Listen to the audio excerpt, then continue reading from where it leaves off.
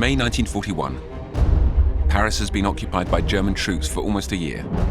On the café terraces, the capital sometimes seems to forget that France is at war. Behind the scenes, preparations are underway for one of the darkest episodes in French history. At the highest level, the decision has been taken.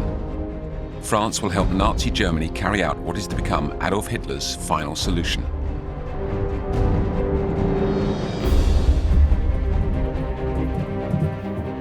Throughout France, because they were Jews, 76,000 people, including 11,400 children, would be rounded up and deported to the concentration camps, most often Auschwitz.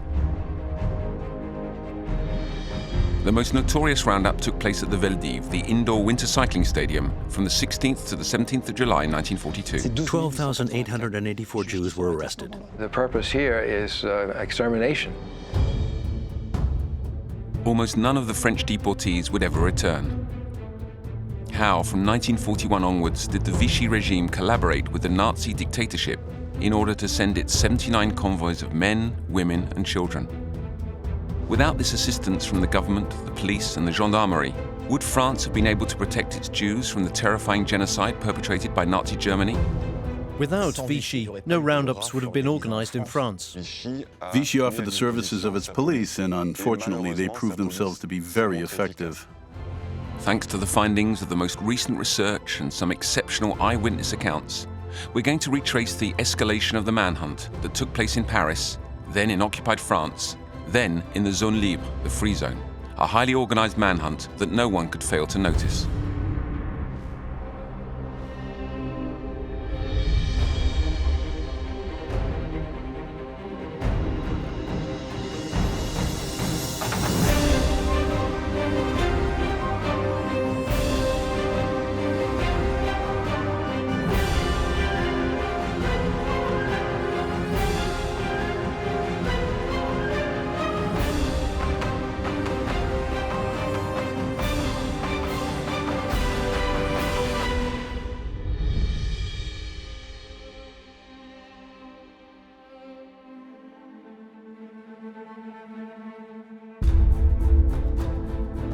July the 16th, 1942, at dawn, there began in Paris a vast operation of mass arrests.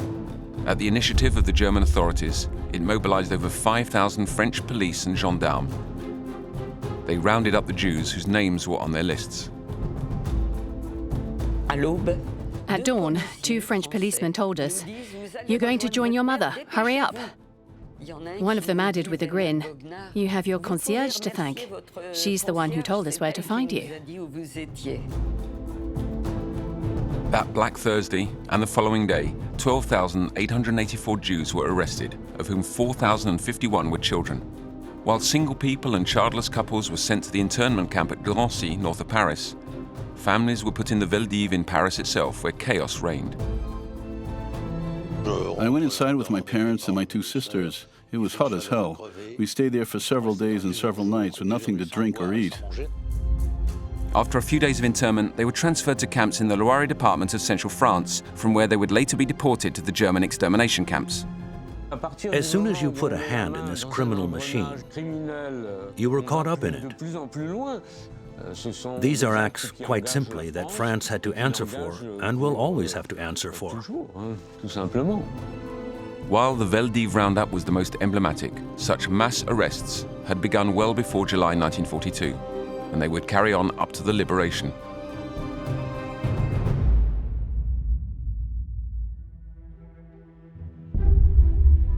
October 24th, 1940.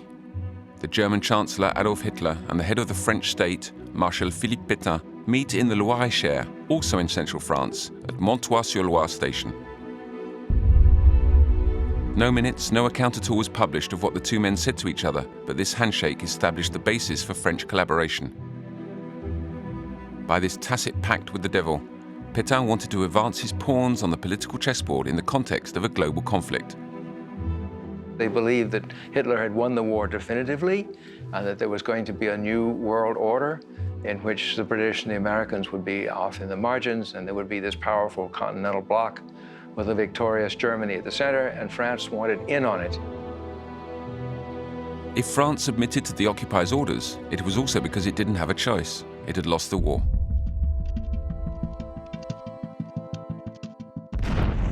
In May 1940, the Wehrmacht crushed the French army in 5 days. Engaged in this world war from September 1939, France suffered the worst defeat in its history. Marshal Pétain was forced to sign the armistice on 22nd of June 1940. The treaty allowed for the occupation of a part of France's territory. In the north and the west, France was to retain her sovereignty, but every decision had to be taken with the agreement of the German authorities. Article 3 of the armistice stipulates that the French administration will collaborate with the German occupiers. It's written into the armistice, and with the word collaborate is there.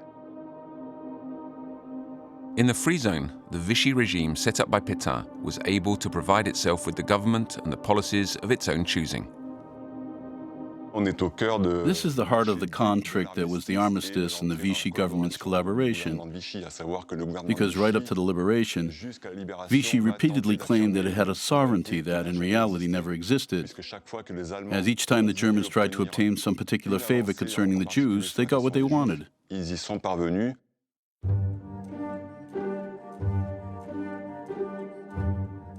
During the summer of 1940, there were some 300,000 Jews living in France. Around a half of them had foreign nationality. These refugees who had fled the dictatorships of Eastern Europe had arrived in France in the middle of a financial crisis. These refugees competed for jobs. They seemed to be diluting French culture. They didn't want to assimilate. They brought in their languages and cultural practices. From 1940, Marshal Pétain integrated this simmering anti-Semitism in his new policy of national revolution.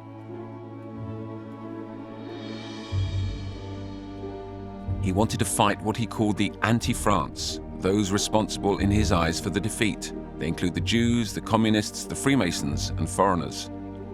The Jews being the common enemy of the occupying and the occupied authorities, France, like Germany, promulgated laws and directives with the aim of excluding this population from society. Germans were obsessed with the danger to their security. For them, it was necessary to clearly identify Jews in order to avoid impure contact between German soldiers and Jews, including Jewish shopkeepers. And then there was the idea that the Jews were spies. The stigmatization campaign began with the German directive of the 27th of September 1940. Jewish shops were from now on to display a sign reading Jewish business in their windows. And to identify this population inside French society, it ordered a census. 150,000 Jews were identified in Paris and its suburbs.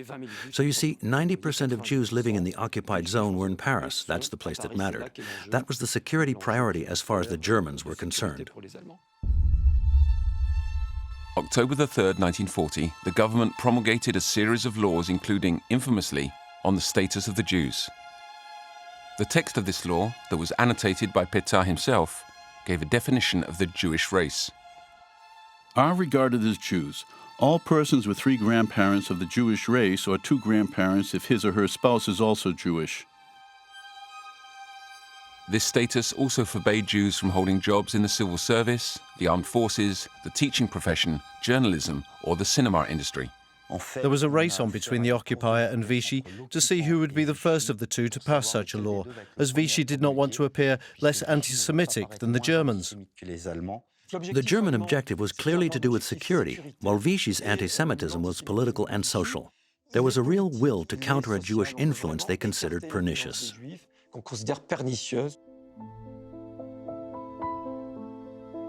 And Vichy went further still in the exclusion of the Jews.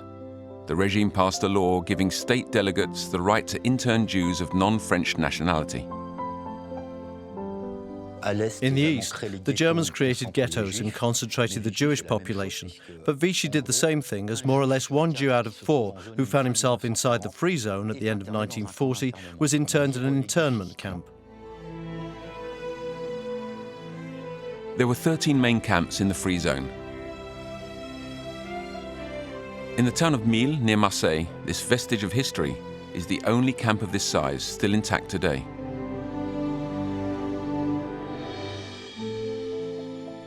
This tile factory, first requisitioned to imprison the Reich's enemies, later served to intern foreign Jews. Many people attempted to escape the war in Europe and the northern zone of France in particular. They converged on Marseille in order to attempt to embark on the ships that were leaving European territory, only to find themselves trapped in our region. The Jews who arrived in the Free Zone and who were taken prisoner became a reserve of Jews that Hitler would use to carry out his macabre future plan. Concentrated and isolated, it would later be easier to deport them once the order was given. The Germans noticed that in the Free Zone, Vichy was holding 40,000 foreign Jews in internment camps. They also noticed that, paradoxically, in the occupied zone, no Jews were interned. It is this discrepancy that they would present to the Vichy government in order to justify the first roundup in the occupied zone. In spite of the exodus, the Jewish population in the occupied zone remained very large. A roundup would allow for the surprise arrest and incarceration of a high number of Jews.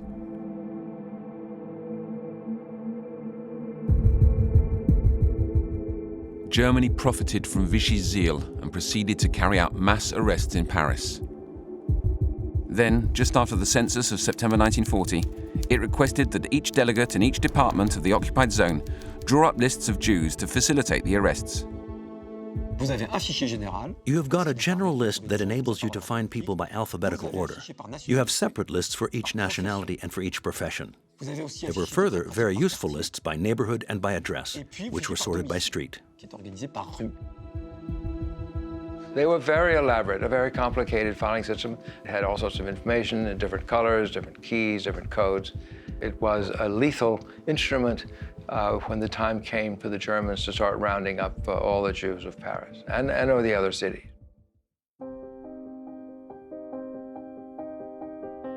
May 1941. In the colors of Paris in the springtime, men knocked on the doors of almost 6,500 apartments. Each one had been carefully selected. The people who opened their doors simply received a piece of green paper with no explanation. Those who were out found it left at their doorways when they got home. Abram Sankiewicz was a Polish Jew. He lived in Paris with his wife and 2 children, Louise and Rachel. My father received a green ticket for the 14th of May 1941. You are required to present yourself at the Tourelle barracks in the 20th arrondissement of Paris for, as they put it, status verification. And it was written that there would be sanctions for those who did not go. They didn't yet know, but this order was, in fact, a perfectly orchestrated roundup. The first of a long and macabre series. For all of these men had something in common. They were Jewish, Polish or stateless for the most part. On the day of the roundup, Jews left their homes and made their way to the different assembly points. I think it was at dawn, at 7 o'clock in the morning, that I had to present myself. My father kissed us and said, "See you this evening," and we never saw him again.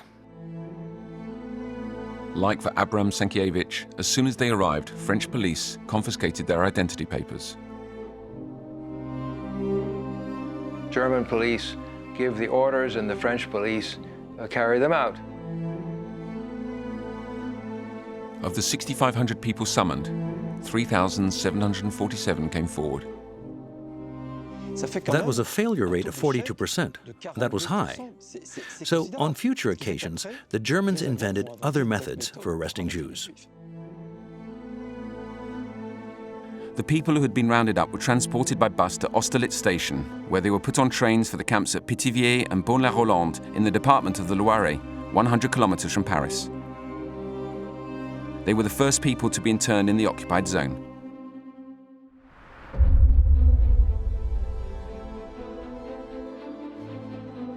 June 1941.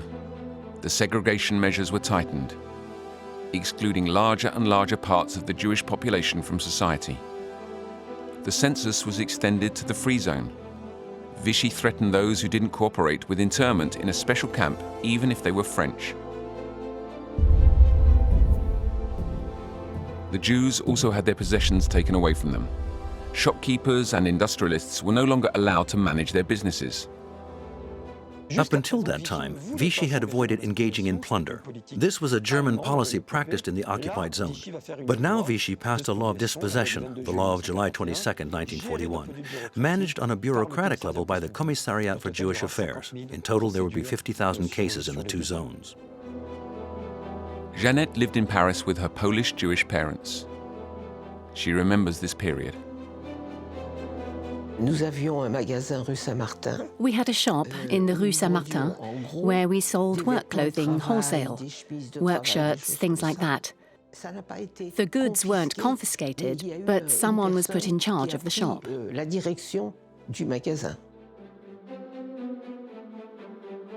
The police adapted themselves to their new mission as persecutors, whether or not they received orders from the occupying administration. In the summer of 1941, Germany unleashed its biggest military operation of the Second World War under the codename Barbarossa. Hitler invaded the Soviet Union. The riposte was immediate. The communist resistance particularly began assassinating German officers, and the Nazis are getting more and more edgy and anxious about the presence of Jews in the occupied zone of France. Faced with this threat, the German authorities were convinced they needed to take hostages who they could execute as reprisals for future attacks. This was without doubt the reason for which the Germans gave the order to organize a massive roundup of foreign Jews in the heart of the French capital in August 1941. 2,400 French police, supervised by the German military police, given the task of making the arrests. Their target, the 11th arrondissement, the neighborhood with the largest Jewish population. On August the 20th, 1941, at 5:30 in the morning, all the entrances to République and Nation metro stations were blocked. The 11th arrondissement of Paris was sealed off by the French police. No one could go in or out without checking their ID. And this way they had a kind of dragnet and caught any Jews that were out on the street. It was the second roundup to sweep Paris in 3 months, and the biggest ever carried out in France, in the heart of the capital. All Jewish men from 18 to 50 years old, French and foreign, who were found on the street, were arrested. These results were disappointing, so at the end of the day on July 20th, 1941, the Paris police gave the order to go and arrest Jews in the other parts of the city. In the end, the roundup lasted 4 days. From August 20th to 23rd, 1941, 4,232 Jews were arrested. This roundup was hugely significant because hitherto arrests had been carried out individually. The police went to get people at their homes and brought them to the police station. It wasn't done in the full view of the general public. But here, you had an enormous police operation ordered by the Germans and carried out by the French police that took place in the middle of Paris in front of the French population at large. After this roundup, Parisians became more aware and more concerned about what was happening to the Jews, especially as, for the first time, French nationals had been arrested. All were transported to the new internment camp at Drancy, situated a few kilometers from Paris.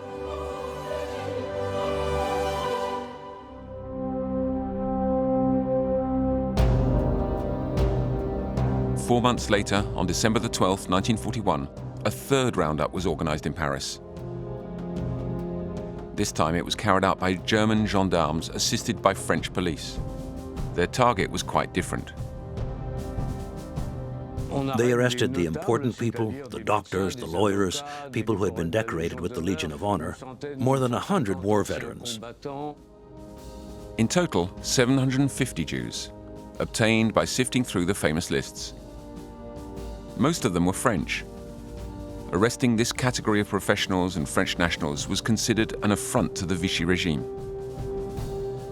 And this was a great shock to Vichy because it called their sovereign authority into question. Even the General Commissar for Jewish Affairs came close to a shouting match with a German officer saying, "This operation is an aberration. You could have chosen between thousands and thousands of undesirable Jews, and instead you deliberately chose to arrest the most honorable. It's absurd. It's stupid." Those who'd been rounded up were sent to the Royal Lure camp in Compiègne in the Oise department north of Paris. They would remain there for 4 months. On March the 27th, 1942, the prisoners left for Auschwitz. This photo is unique. It shows the first convoy of deportees and marks the beginning of the horrific Nazi policy that was being put in place.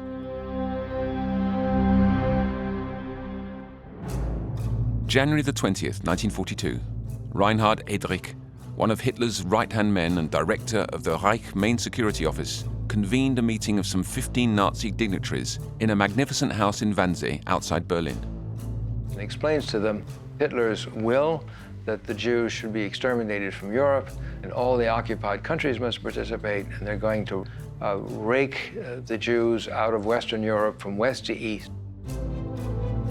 At the end of the Wannsee conference, the minutes show the number of Jews that are to be assassinated: 11 million. On the 12th line figures France and its 165,000 targeted Jews. The dignitaries also reflected upon how the final solution of the Jewish question was going to be reached. The decision was taken to create extermination camps. It was a move towards an industrial solution, the extermination of Europe's Jewish populations. The infernal Nazi machine was started up. A few months later, France would be one of the theatres with one of the most violent roundups ever organised.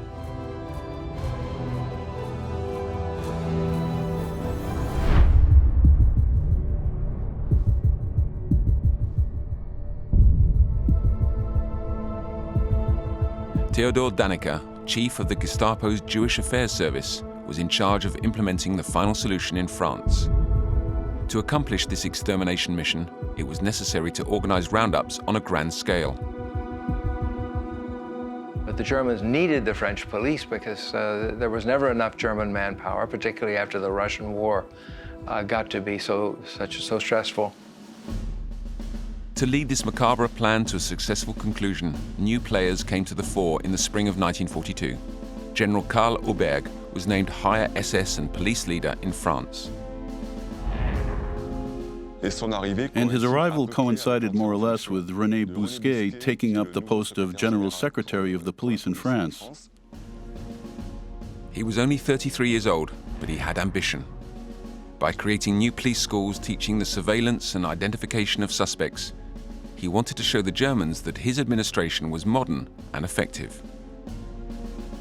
It was he who, when he first met high-ranking German officials in Paris on May 6, 1942, suggested in an aside that he could give them 10,000 foreign Jews from the Free Zone. If the German police would like to take them, the Vichy police would be happy to provide them. One pragmatic suggestion that was in the interests of the regime. The Vichy regime was happy and indeed eager to assist with the removal of the foreign Jews who had been the cause of their troubles in the 1930s. They've been put into camps at the outbreak of the war as foreigners at the cost of the French government. If Vichy was ready to give the Germans a helping hand, its objective was different from that of the Reich and the final solution. Vichy didn't want the Jews killed. That was not its aim. Vichy wanted to exclude the Jews from the civil service and from business, to rob them and ruin them.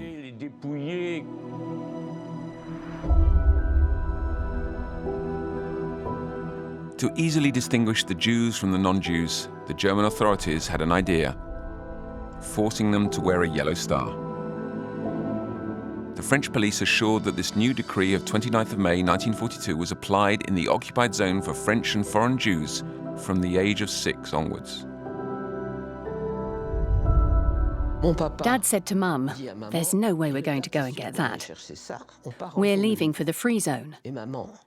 And Mum, who was very legalistic, said, "Oh, the government said so. I'll go and get it." Joseph is a Polish Jew.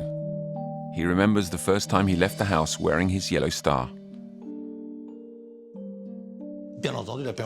Of course, the first thing I did was to hide my star. And I felt, it's hard to find the words, like less than nothing.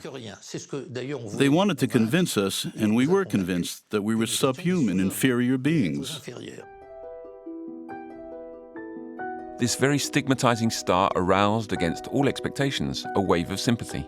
In a gesture of solidarity, some people wore stars they made themselves, with Catholic, or Auvergnat, or Breton marked on them. People understood that the Jew, the demonic figure of Nazi and French propaganda, wasn't necessarily this ethereal figure, but a staunch neighbor from the 3rd arrondissement. They're kids who go to school with your kids, the man mutilated in World War I that you see in the street. The yellow star was not imposed on the Jews living in the free zone. Vichy had no desire to foster sympathy for the Jews. The authorities used a much more underhand method, a stamp with Jew written on it in red capital letters affixed to their identity papers.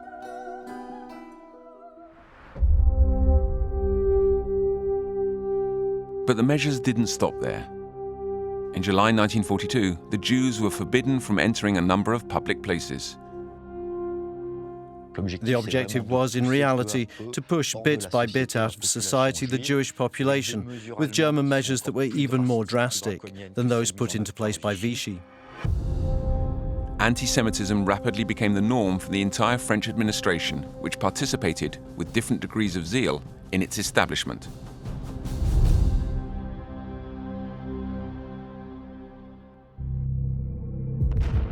Summer 1942. Hitler is confronted with total war. While some of his troops had just entered the Libyan town of Tobruk, others were beginning the Battle of Stalingrad in Russia. The dictator needed manpower. Before exterminating the Jews, he would use them to bolster the war effort. The demands on the French became weightier. And suddenly, Pierre Laval, the head of the Vichy government, and its police chief, René Bousquet, were told they needed to provide straight away 40,000 Jews. So here was real pressure on Vichy, very strong pressure. General Auberg told Pierre Laval that the trains were ready to go. July 1942. Meeting followed meeting to organize the execution of the final solution in France. It's not just about deciding we want to deport Jews, this is how it's going to happen. You also have to think about, is there the railway material available in order to allow these deportations to happen?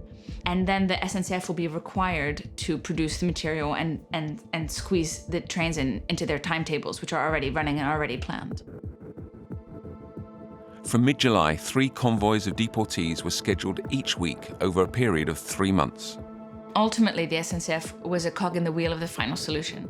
What's important to understand is that the days on which people are deported are not decided by the French railways. They are decided by ministerial meetings, by Berlin, by Vichy.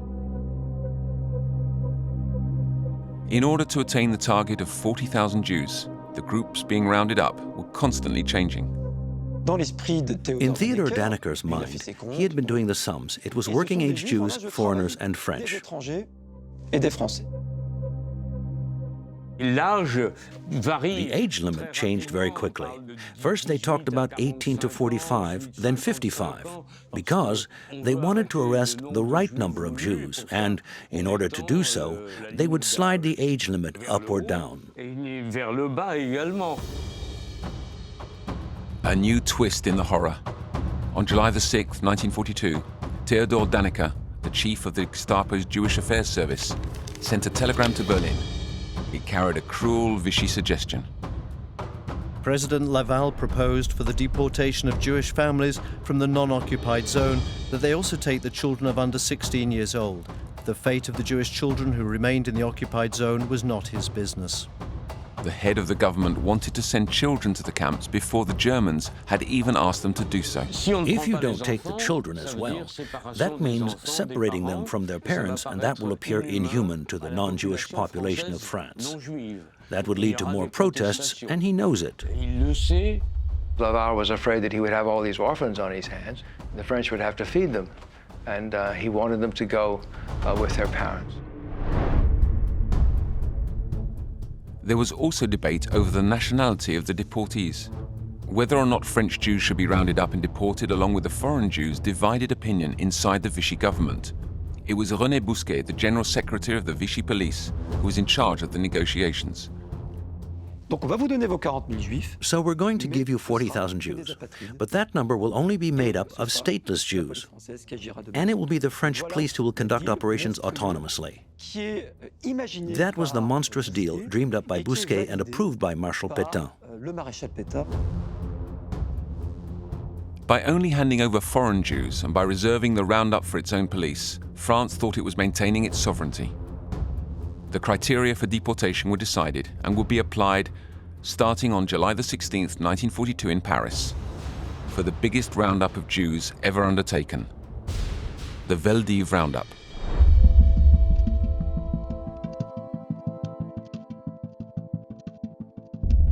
Between the 7th and 10th of July, the Gestapo worked out the fine logistical details of this gigantic operation. It convened in its offices all the heads of the different police services. They had 25,000 forms ready for this operation. The Germans, like the French, were counting on 22,000 arrests. Every police station received orders regarding the roundup, a list stripped of all humanity. Operations must be carried out without unnecessary talk. There should be no discussion of their state of health. Children will also be taken. They must not be given to neighbors to look after. Animals will be given to the guardian. As for the place where these people would be brought, it would be the Vélodrome d'Hiver, the winter cycling stadium, situated a few hundred meters from the Eiffel Tower. They had to find a place to put 12 or 15,000 Jews, and so they chose this bicycle stadium, which is called the Vélodrome d'Hiver. And it's called for short the Veldiv. As for childless adult Jews, they were sent directly to the camp at Drancy, a few kilometers from Paris.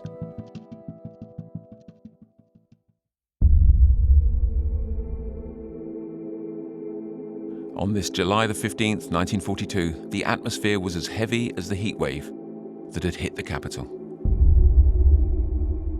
Among Jewish families, the rumors were spreading. The news started to spread before the beginning of operations for one simple reason. Thousands of Paris police were involved.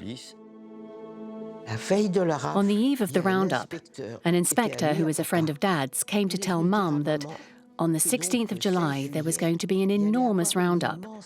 But we didn't move because Dad wasn't there. Many believed that only men were going to be arrested. While there was still time, some fled to the free zone.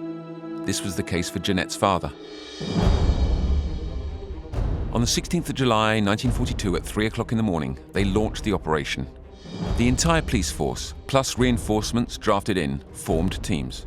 They always used teams of two so as to avoid any collusion that would lead to the failure to arrest the Jews.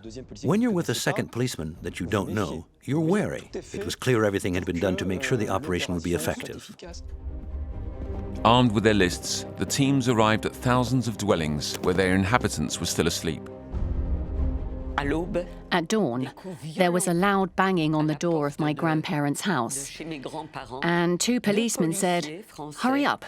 You have 5 minutes to pack your bags because we've got a lot of people on our list," in a tone that was not very nice.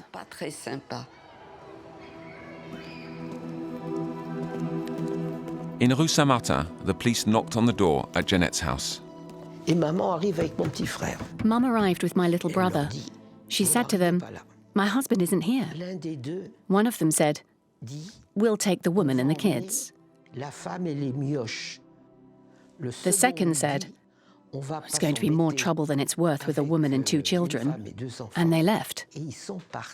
It's a miracle. They left.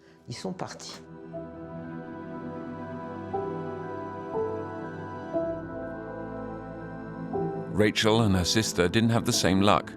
Discovered hidden at their grandparents' house, they were sent with their mother to the Bellevilloise sorting centre set up in the 20th arrondissement. It was full of families, with some children as young as 2. My mother had one idea in her head. We had to escape. She went from one acquaintance to another saying, no, they're not taking us to Germany to work. They're lying. We're not going to be able to work with kids to look after.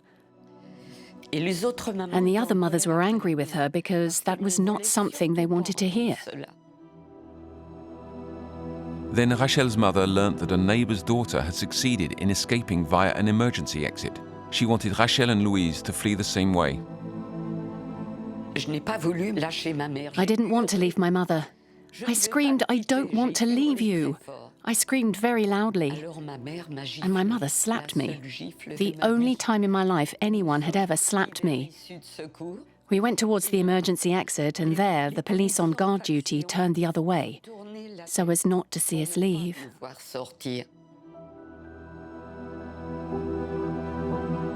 That slap saved her life, as did the policeman on guard duty near the door. The two young girls ran back to their grandparents' house. They were not taken during the roundup. Rachel's mother, who passed herself off as a spinster, was sent to Drancy. The families, meanwhile, were taken to the Vélodrome d'Hiver in Rue Nelaton.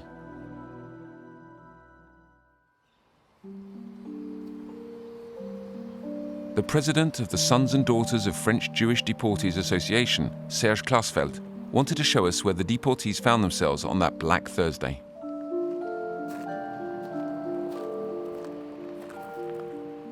This is the exact place where the entrance of the Vélodrome d'Hiver stood.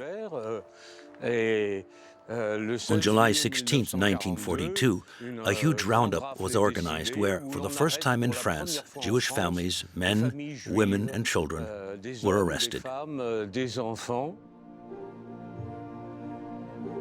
Joseph, who was arrested later, arrived in the early afternoon in this enormous crowded complex. Thousands of people had already been confined there. I entered the place. It was overpoweringly hot. It stank. It was incredibly noisy and violently lit up.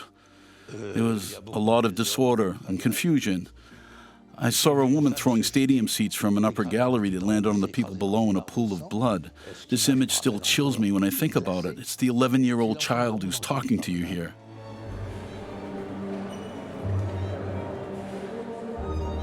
Hundreds of Jews continued to arrive at the Veldiv up until the next day.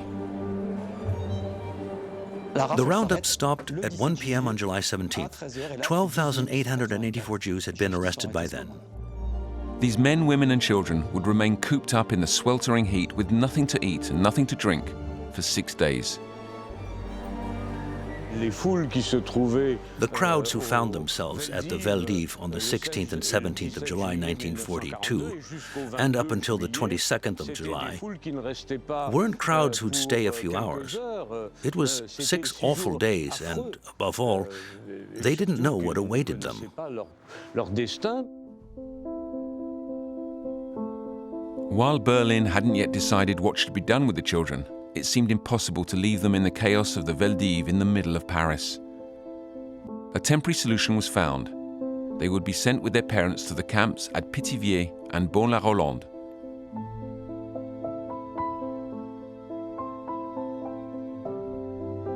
And here you have a wall with, inscribed upon it, the names of the 4,000 children who were deported after being arrested on the 16th and 17th of July, who were here at the Veldiv.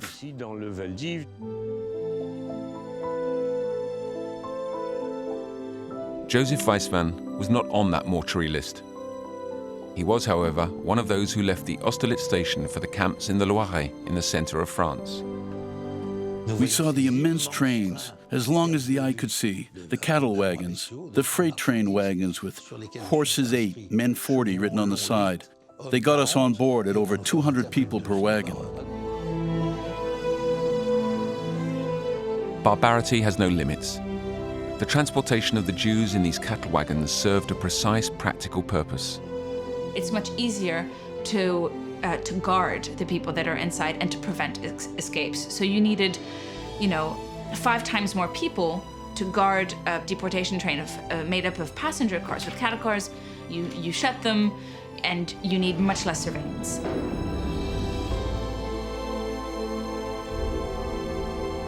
After a trip carried out in abominable conditions, the small boy arrived at the camp of Beaune-la-Rolande. He stayed there for 2 weeks with his sisters and parents until the day of his deportation and the atrocious family separations. Certain children, like Joseph, were not part of the convoy. It was the worst horror you could imagine. The grief for the children and the grief for the parents. And I think it was after having lived through this that I first smelled death. It was inhuman. So I had to get out. After several attempts, the young Joseph and his friend Joe escaped during one mealtime when all the inmates were inside the barracks. An epic escape bid through thick fences of barbed wire that lasted 6 hours. We were halfway through, and we said we'd done something stupid. We couldn't go on. We were exhausted. We had no strength left. Then, luckily, after we'd rested a bit, we said, going back is going to be as hard as going on, so let's keep going. The courage of those small boys saved their lives. For the others, their destiny was in the hands of Berlin. On the 13th of August, the decision was announced. The children would be deported. Sent to the Drancy camp, then to Auschwitz. They were gassed immediately. The children were deported, and the children had French nationality, so the French were deported nevertheless. The agreement reached between the chief of SS police Karl Auberg and the chief of the French police René Bousquet not to round up French Jews had not in the end been respected.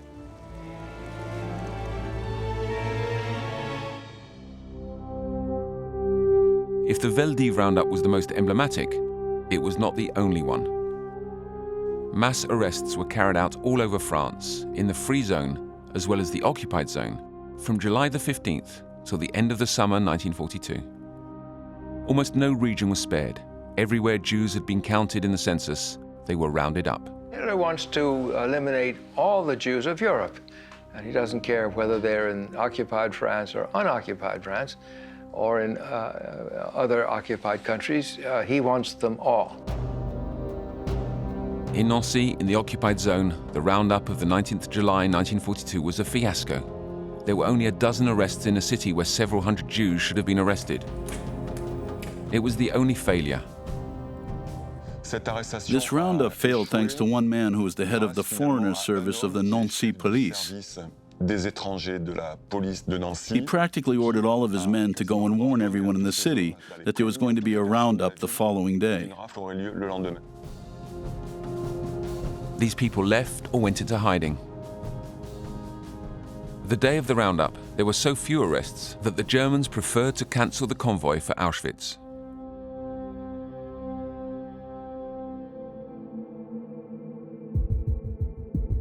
In the Free Zone, René Bousquet would attempt to hand over the 10,000 Jews he had promised in May. The French government first transferred interned Jews to camps in the south of France. There were about 3,500 people, adults, men and women. Then it was the turn of the men who were incorporated into the foreign workers groups along with their wives in some cases. 1,000 people. It still wasn't enough to reach the 10,000 Jews Bousquet had promised. The police chief decided at that moment to launch a major program of arrests in the Free Zone. The roundup of 26th of August 1942 was politically important because here was an operation that was organised by Vichy at the request of the Germans in territory where the Germans were completely absent and which shows full and complete collaboration of the French state in the carrying out of the final solution. The different police services, the mobile reserve guards, the gendarmes and the army were all mobilised to sweep the 40 departments of the Free Zone. On the evening of August the 28th, 1942, the main police station of every department communicated the number of Jews it had managed to round up. In all, nearly 7,000 Jews thanks to this vast operation. The 26th of August operation was much bigger than the final number suggests because, in order to gather together 7,000 Jews to be handed over to the Germans, there were perhaps as many as 20,000 arrests. The people rounded up in the Marseille region were sent to the Mille camp. Before their departure for Auschwitz, all of these people were sorted by commissions set up to decide who would go next.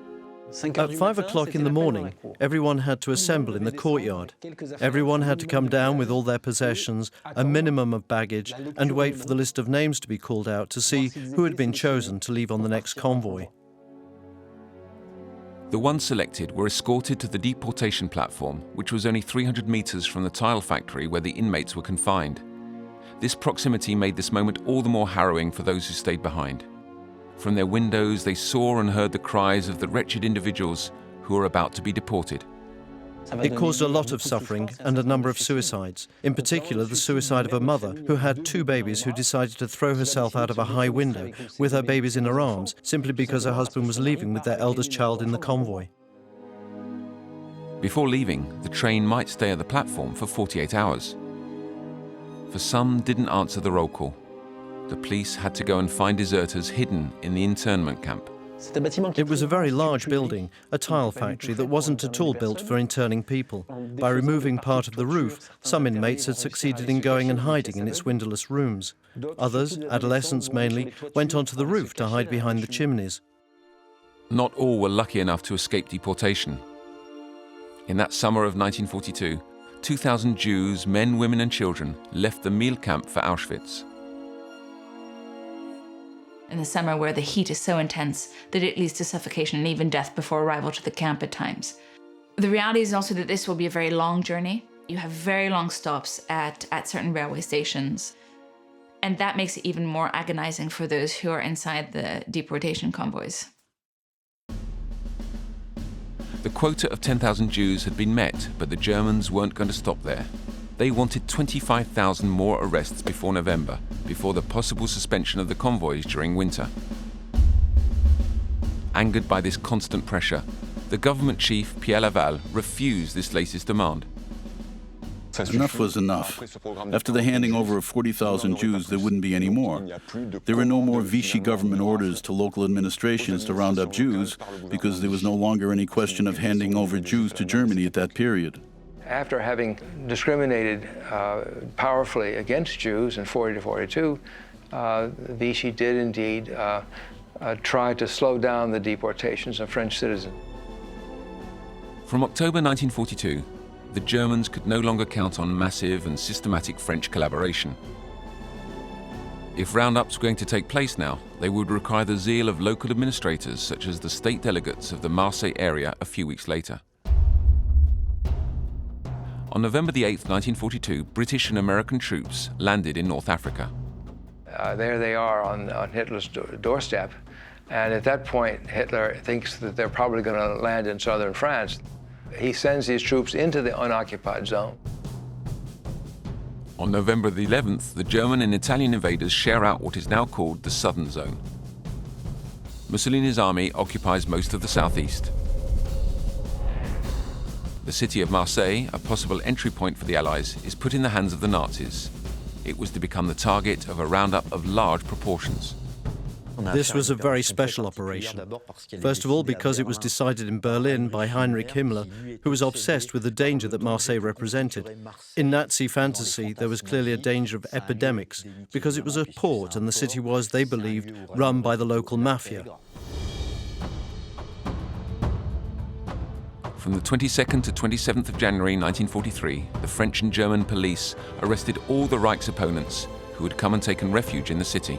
The Marseille roundup was exceptional because it wasn't only directed towards the Jews, but also those considered ruffians, asocials, pimps, and also the Jews. In all, 5,956 people were rounded up, among them at least 782 Jews. They were deported to the Sobibor camp in Poland. None of them would survive.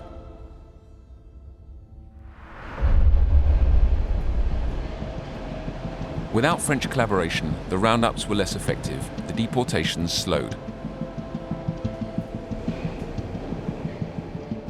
From the spring of '43, a train was made available when there were enough Jews to deport, and for that it was necessary to arrest Jews. The Germans took charge of the roundups. They even arrested people in hospitals and orphanages. In 1943, the young Rachel was hiding in Paris, but her hiding place was anything but safe. The Germans dispatched convoys of 1,000 people to Auschwitz. And when they had, for example, 900 or so, they would come into the children's centers to complete their human cargo. After his escape from the Beaune-la-Rolande camp, Joseph had managed to take a bus to the capital. As the only survivor from his family, he hoped he'd be safe in the orphanage in Rue Lamarck. In 1943, the director said, "You know, I can't keep you here any longer. There have been 2 or 3 times now when the gendarmes nearly got you when they arrived. So you're going to leave Paris. We're sending you to the countryside." And he sent me to the Sarthe, where I lived in hiding. All the Jews attempted to escape the police controls, and many of them took refuge in Nice, in the southern zone. Jews who are terrified of being arrested and deported rush into the Italian zone in the summer of '43. Nice had been the principal city of the Italian zone. It was full of Jews. It was practically the only part of Europe that was in the hands of the Third Reich and its allies where the Jews were safe. And then, suddenly, a tragedy occurred. The Allied landing in Italy in July 1943 provoked the collapse of the Mussolini regime. His troops pulled out of the French occupation zone, which was immediately invaded by the Germans. On September the 10th, 1943, Alois Brunner, an officer expert in the organization of roundups, was hurried to Nice. The number of Jews deported from France had been dropping, and he had been nominated to reverse the tendency. He had to act without the collaboration of the French police. Vichy is going to disengage from direct collaboration. In other words, they will continue to practice a policy of anti-Semitism, but if you want to arrest Jews in what has become the southern zone, it's up to you to arrest them. It is clear by this time that Germany is going to lose the war. So Laval and Bousquet are a little less enthusiastic about the idea of collaborating. Brunner had at his disposal an SS commando of only 20 men. He didn't know the language or the terrain, so to help him with his mission, he recruited hundreds of local ultra collaborators. Among them, members of the French Popular Party militia. Jews were arrested mostly by the Gestapo, assisted by French accomplices, which is to say people who, out of ideological conviction or because they were paid to do it, proceeded to arrest Jews. Together, they began operating throughout the city of Nice. Their aim was to track the dispersed and hidden Jewish population wherever it was. We went from a period of roundups to one of tracking and hunting. So they would target living quarters, hotels, furnished rental accommodation, boarding houses, and bars and restaurants too. Most Jews no longer had jobs, so they met up where they could. The roundups were particularly violent. The Germans carried out brutal interrogations in the rooms of the Excelsior Hotel, Brunner's headquarters. The SS chief's men tortured Jews to make them give their identity and reveal where other Jews were hiding. The roundups were brutal because the Germans were fanatical. They anticipated their defeat, and defeat for a Nazi fanatic was the Jews' fault. Faced with this danger, Jeanette's parents, who had taken refuge in Nice, decided to entrust their children to the rescue network set up in the region by the couple Dr. Odette Rosenstock and Moussa Abadi. One evening, Mum and Dad took us to the famous address that Dr. Rosenstock had given Mum. I was 13 and a half. I was very conscious that I was going to stay with my little brother and that Mum and Dad were going to leave. My little brother, on the other hand, was young. He was 7.5, and he had a feeling of abandonment that has never left him. Moussa Abedi took them to a Catholic boarding school and gave them fake identities. It was easy with me. I was grown up. He said, "Your name is Jeanne Moreau. You were born in Marrakesh." "Very good, sir. I got it." But with the little ones, you needed to drum it into them. At first, they thought it was fun. Then he said, "Apiquette," and he called them by their old name. They weren't supposed to turn their heads. Most of the time, they replied to their old name. In total, 527 children hidden by Moussa and Odette were protected and saved. Thanks to these acts of solidarity, many Jews in the region escaped the clutches of Alois Brunner. The haul from these roundups was 3,500 Jews out of 25,000 who lived on the Riviera. They arrested 3,500 Jews. The French police would have arrested more Jews in one night than they had arrested over several months. The end of the war was fast approaching, and to the very end, the Nazis continued to arrest Jews, no longer with any consideration for their nationality. When Bousquet was dismissed by order of the Germans in December 1943, he was replaced by a militiaman called Joseph Darnan, and he accepted that the French police would arrest French Jews. The roundups of 1944 surprised French Jews living in the occupied zone. In Bordeaux, most Jews who'd reasoned that up to now they hadn't been targeted were arrested. That made the Bordeaux roundup formidably effective. More than half the Jews were at home when the roundup happened. That was enormous. When the local police didn't want to cooperate, the Germans took charge of operations themselves, as in Nancy in March 1944, where all the Jews remaining in the city were deported. In Paris, the manhunt was increasingly difficult, but the Gestapo was able to count on numerous letters of denunciation. They were transmitted to special French police brigades, who would then carry out the arrests. I denounce the completely Jewish family who live at 46 Rue Godefroy-Cavaignac, who have been dealing on the black market for a long time. They live in a flat on the first floor.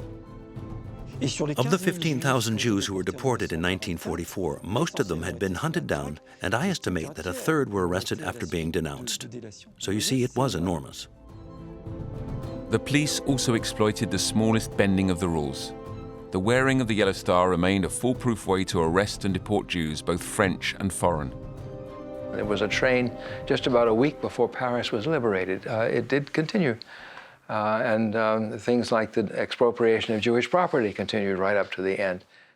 Almost all of France's territory had been liberated, so the final solution was brought to a halt. Not because the Germans weren't able to organize it, but because the Allies liberated French territory so quickly.